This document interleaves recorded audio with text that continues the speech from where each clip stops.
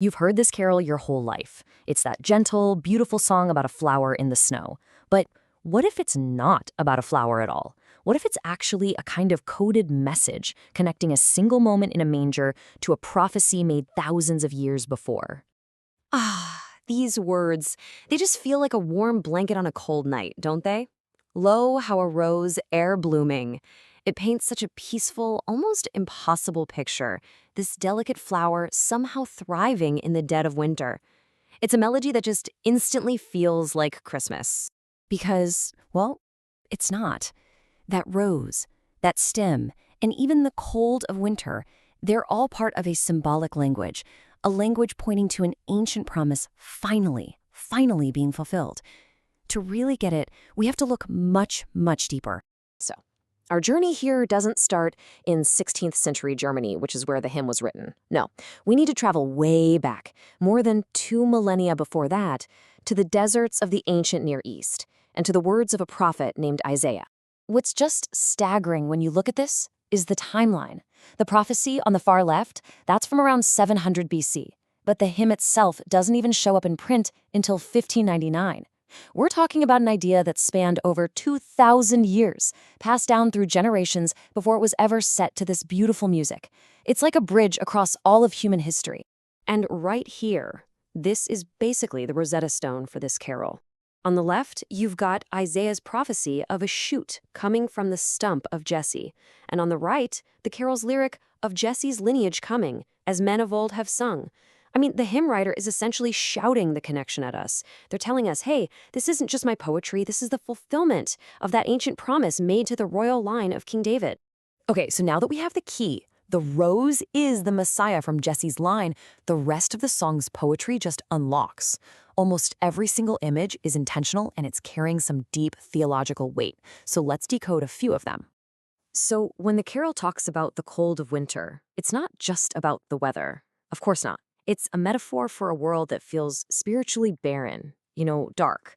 And the rose, that floweret bright, well, that represents divine hope and life, just bursting forth in the most hopeless circumstances imaginable. This line, when half spent was the night, that is just pure poetry.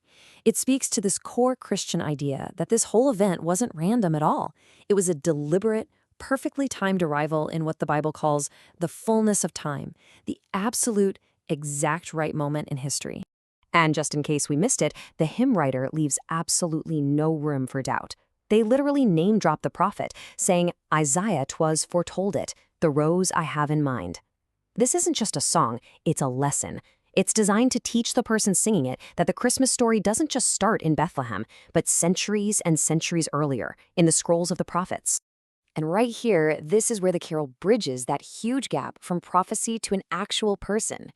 By naming Mary, the abstract idea of the rose suddenly becomes a tangible, historical reality. It grounds all that theology in the miracle of the incarnation, the belief that this divine promise entered our world through a specific person at a specific time. So, when you put all of these pieces together, the prophecy, the symbolism, the history, what's the complete message? What is Lo, How a Rose Ere Blooming really trying to tell us? When you boil it all down, this carol is basically a miniature sermon set to music. It's weaving together these 5 massive themes: messianic fulfillment, the miracle of the incarnation, divine salvation, the continuity of Scripture, and the call to joyful worship. It's an unbelievably rich piece of theology packed into just a few verses. You can even see this clear narrative arc in the verses themselves. It moves perfectly from prediction to fulfillment, and then from a heavenly reaction, the angel singing, to our earthly response, the call to worship. It tells the whole grand story in just a handful of lines. It's incredible. So, how does knowing all this change the way we actually listen to it? Well, it transforms the carol from a simple, pretty folk tune into a profound piece of theological art, one that invites us to listen with, new ears. There's actually a formal name for this kind of connection that the carol makes. It's called typology. It's basically the idea that key events and prophecies in the Old Testament are like patterns or types that point forward to their ultimate fulfillment in the New Testament. And this carol is a perfect textbook example of typology in action. And this is exactly why the melody itself is so serene and contemplative. It's not a big, boisterous anthem, right? It's a meditation. The music is specifically designed to quiet the listener, to invite them to reflect on this incredible mystery, a promise made and a promise faithfully kept across millennia. So the next time this beautiful melody drifts through the air during the Christmas season, maybe you'll hear it a little differently. Not just as a song about a flower, but as a story of a promise kept and the impossible hope that can bloom even in the deepest, coldest winter. The real question is, what new meaning will you find between the notes?